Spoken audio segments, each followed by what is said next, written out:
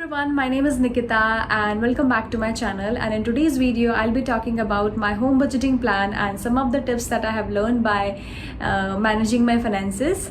So let's check it out. So let's first understand what budgeting is. A budget is basically a plan for the money. Rather, I would say a systematic and mindful plan for spending and saving money. What happens is usually people tend to calculate and think of everything in their heads and consider the final money that is left in their bank account as their savings. And that saved amount remains in the salary account forever. We go back and utilize that money when there is a certain expense bump or any emergency. So it's always the same account taking care of your needs, lifestyles as well as savings. Moreover, we also daydream of getting rich by accumulating more money in our so-called savings account. If you can just pause and think of what do you do with your salaries? Where is your money going, and do you have a plan for saving in place? If the answer is no, then you seriously need to plan your finances and budget it. Look at your current finances to understand where you stand today and optimize your expenses, then continue to increase your savings year in year. Okay, with that, let's create our income plan, for which you have to list down all your income sources. You may have fixed and variable income, your total net salary of all earning members and property on rent can be your fixed income, monthly incentives, yearly bonus, money that comes from asset selling or payback interest from any schemes. And if you are in an online business, then you may have advertising cost, royalty, product selling as your variable income sources. If your salary is good enough to cover your expenses, then I would strongly recommend to straight away put your additional income into your savings. And if it is less, then you consider both fixed and variable as your total income. Now we have a total of what we earn. Once you have listed your total income, then create your expense breaker. There are two types of expenses, fixed and variable. Firstly, list down all your expenses that are fixed and known in nature. These are your needs and essentials for living, for which you have to pay monthly. Calculate the total of monthly fixed expenses.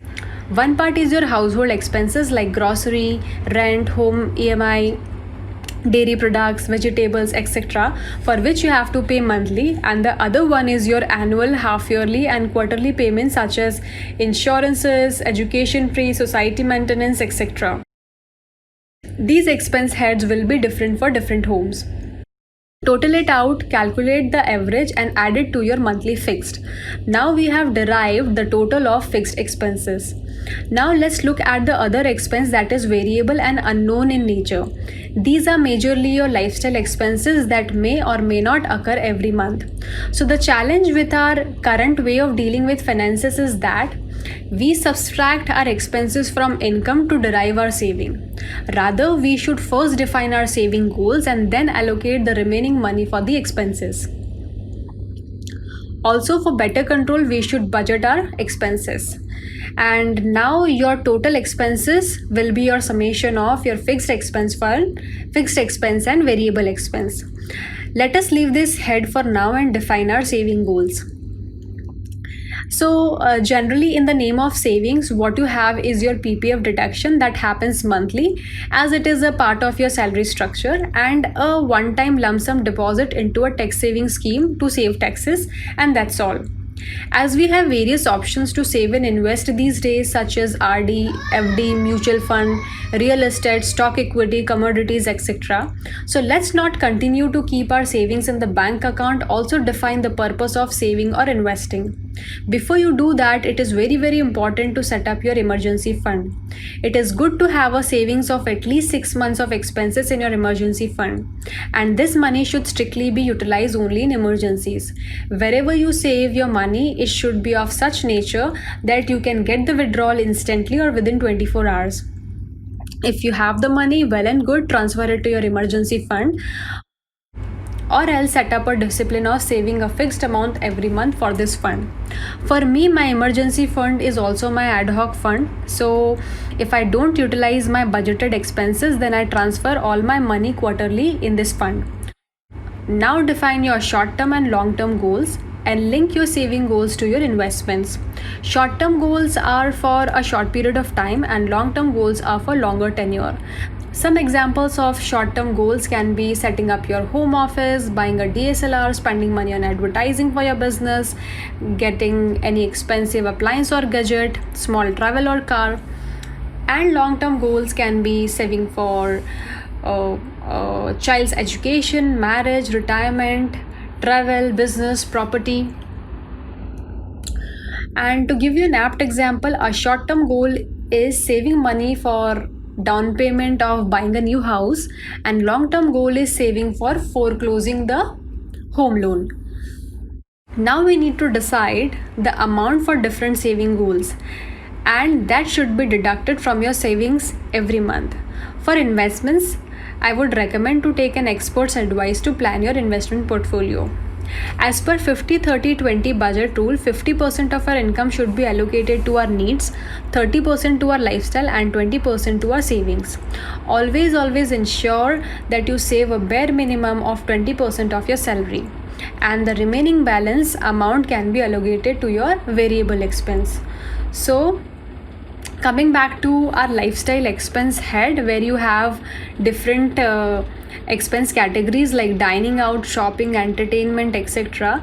Either you can give each and every category a budget, or ensure whatever your expenses are, it should not exceed the total budget.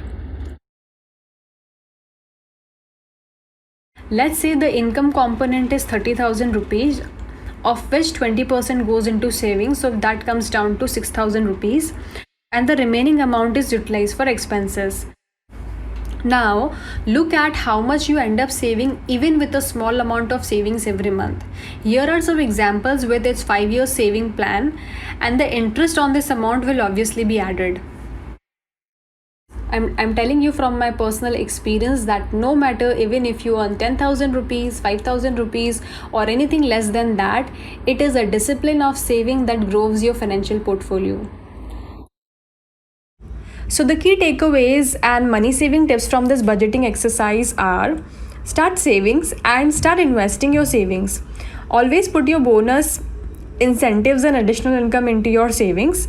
Always add your increments into your saving, and your saving should be diversified. It should not be just limited to post office, FD and PPF, but also start investing in all kinds of low, medium and high risk mutual fund schemes.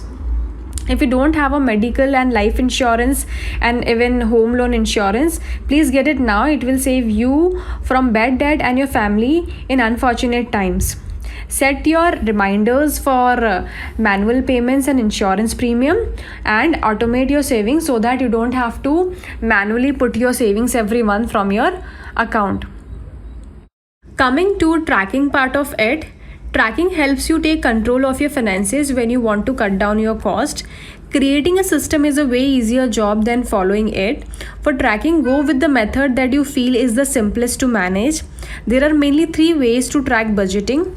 Either you can use a pen paper method and make a dedicated finance diary to log your expenses, or you can use Microsoft Excel or spreadsheets to have an automatic calculations, or you can also try any kind of mobile app. There are many options available, and they are very convenient for logging and tracking. All you have to do is first set up your category master and then start registering your expenses.